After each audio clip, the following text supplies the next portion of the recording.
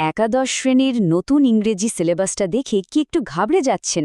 ভাবছেন কি পড়বেন, কিভাবে পড়বেন? কোনো চিন্তা নেই, চলুন আগলে কয়েকটা মিনিটে পুরো সিলেবাসটা একদম সহজ করে বুঝে নেওয়া যাক।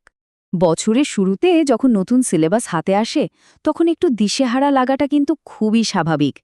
এতগুলো নতুন টেক্সট, প্রশ্নের ধরনও হয়তো নতুন, কোথা থেকে যে শুরু করা উচিত সেটাই যেন একটা বড় প্রশ্ন হয়ে দাঁড়ায়। কিন্তু বিশ্বাস করুন, কোনো চিন্তার কারণ নেই। আমরা এই জটিল ম্যাপটাকে একটা সোজা সাপটার রাস্তায় বদলে ফেলব। এই 5 মিনিটের আলোচনাটা মন দিয়ে শুনলেই পুরো বছরের একটা পরিষ্কার ছবি তৈরি হয়ে যাবে। তো চলুন আর দেরি না করে শুরু করা যাক। পুরো সিলেবাসটাকে আমরা একটা রোড ম্যাপ হিসেবে দেখব, যেখানে দুটো সেমেস্টার হলো দুটো আলাদা কিন্তু গুরুত্বপূর্ণ স্টপ। আমাদের যাত্রার প্রথম স্টপ মানে প্রথম সেমেস্টার। এটাকে বলা যেতে পারে ফাউন্ডেশন তৈরির সময়। এখানে সাহিত্য আর ভাষার বেসিক স্কিলসগুলোর উপর জোর দেওয়া হবে। তো চলুন দেখি ফার্স্ট সেমিস্টারে মার্কস ডিভিশনটা কেমন। মোট তো 40 নম্বর, তাই না? এর মধ্যে দেখুন একটা বড় অংশ মানে 30 নম্বরই কিন্তু আসছে সরাসরি লিটারেচার থেকে। এখানে গদ্য, পদ্য, র্যাপিড রিডার সব মিলিয়ে। আর বাকি যে 10 নম্বর সেটা হলো গ্রামার আর কম্প্রিহেনশনের মতো স্কিলসের জন্য। তার মানে কি দাঁড়ালো? একদম শুরু থেকেই কিন্তু লিটারেচারের ওপর ফোকাসটা বেশি রাখতে হবে, কারণ ওখানেই আসল নম্বরটা লুকিয়ে আছে। এবার আসি গদ্য বা প্রোজের কথায়। এখানে দেখুন 4টে দারুণ অপশন আছে, কিন্তু স্কুল এর মধ্যে থেকে যে কোনো 3টে বেছে নেবে। তাই প্রথম কাজটাই হলো স্কুল থেকে জেনে নেওয়া যে কোন 3টে গল্প পড়ানো হচ্ছে। কবিতার ক্ষেত্রে অবশ্য কোনো অপশন নেই। এই 3টে কবিতা ওয়ার্ডসওয়ার্থ, সরোজিনী নাইডু আর ইয়েটসের লেখা, সবাইকেই পড়তে হবে। আর প্রত্যেকটা কবিতাই কিন্তু এক কথায় অসাধারণ। র্যাপিড রিডারের ক্ষেত্রেও সেই একই নিয়ম।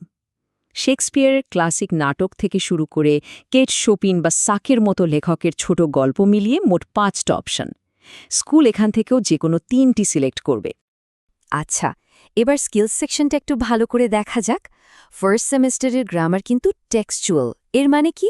এর মানে হলো গ্রামারের প্রশ্নগুলো ওই যে গদ্য বা কবিতাগুলো পড়া হলো সেখান থেকেই আসবে, আলাদা করে বই ঘাঁটতে হবে না। আর সাথে তো একটা আনসিন কম্প্রিহেনশন প্যাসেজ থাকছেই। বেশ, ফার্স্ট সেমেস্টারের ফাউন্ডেশন তো তৈরি হয়ে গেল। এবার সেকেন্ড সেমেস্টারে সেই ভিতের উপর কিছু অ্যাডভান্সড স্কিলস যোগ হবে। চলুন দেখি সেখানে কি অপেক্ষা করছে। সেকেন্ড সেমেস্টারে মার্কস ডিভিশনটা খেয়াল করেছেন? এখানে কিন্তু একটা বড়সড় পরিবর্তন আছে। লিটারেচারের নম্বর কমে হয়েছে 25, আর স্কিলসের নম্বর বেড়ে হয়েছে 15। এর থেকে কি বোঝা যাচ্ছে? বোঝা যাচ্ছে যে ফোকাসটা এবার শুধু পড়া থেকে সরে গিয়ে লেখার দিকেও যাচ্ছে। মানে শুধু টেক্সট বুঝলেই হবে না, নিজের ভাবনা গুছিয়ে লেখার দক্ষতাও তৈরি করতে হবে। সেকেন্ড সেমেস্টারের জন্য গদ্যের একটা একেবারে নতুন তালিকা থাকছে। এখানেও 5টা অপশন থেকে স্কুল যে কোনো 3টে বেছে নেবে। ক্যাথরিন ম্যানসফেল্ড থেকে মাদার টেরেসা, টপিকে ভ্যারাইটি কিন্তু দেখার মতো। কবিতার ক্ষেত্রে এই সেমেস্টারে দুটো ভীষণ পাওয়ারফুল কবিতা যোগ হয়েছে, রবার্ট ব্রাউনিংয়ের মাই লাস্ট ডাচেস আর মায়া অ্যাঞ্জেলোর স্টিল আই রাইজ, দুটোই অনবদ্য। র্যাপিড রিডারেও একটা ছোট পরিবর্তন আছে। এখানে নম্বরটা কমে 5 হয়ে গেছে, আর লিস্টে রবীন্দ্রনাথ ঠাকুর আর লালবিহারী দের মতো লেখকদের গল্পও যোগ হয়েছে। এখানেও স্কুল 5টা অপশন থেকে 3টে বেছে নেবে। আর এই নাম্বারটা, এই 10 নম্বরটা খুব খুব ভালো করে মাথায় রাখতে হবে, কারণ সেকেন্ড সেমিস্টারে শুধু রাইটিং স্কিলের জন্যই বরাদ্দ থাকছে পুরো 10 নম্বর। এটা কিন্তু একটা আসল গেম চেঞ্জার। স্কিল সেকশনে সেকেন্ড সেমেস্টারে দুটো বড় পরিবর্তন আসছে। প্রথমত, গ্রামার আর টেক্সচুয়াল থাকছে না, এটা এখন নন টেক্সচুয়াল, মানে যে কোনো জায়গা থেকে আসতে পারে। আর দ্বিতীয়ত, ওই যে বললাম, সেই গুরুত্বপূর্ণ 10 নম্বরের রাইটিং স্কিল, যেখানে প্যারাগ্রাফ লেখা অথবা ফর্মাল লেটার ও ইভেন্ট রিপোর্টের মধ্যে একটা অপশন বেছে নিতে হবে।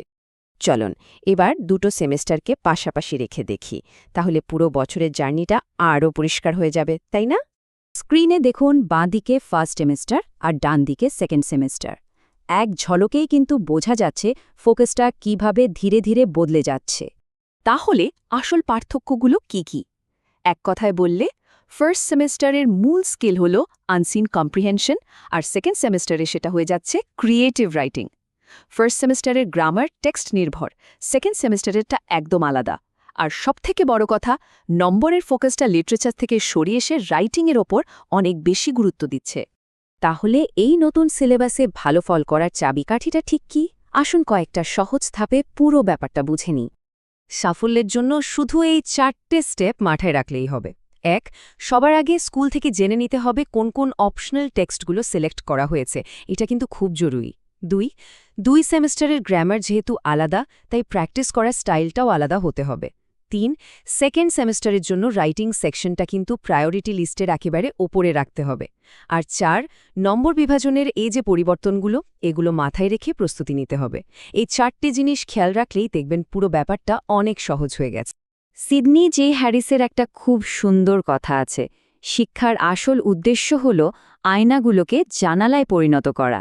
এই সিলেবাসটাও কিন্তু ঠিক সেই সুযোগটাই করে দিচ্ছে, নিজেকে চেনার আয়না থেকে বিশ্বকে দেখার জানালা খোলার। তো এই পুরো তালিকা থেকে কোন গল্প বা কবিতাটা সবার আগে পড়ে ফেলার জন্য সবচেয়ে বেশি ইচ্ছে করছে? এই নতুন সাহিত্যিক যাত্রার জন্য অনেক অনেক শুভেচ্ছা।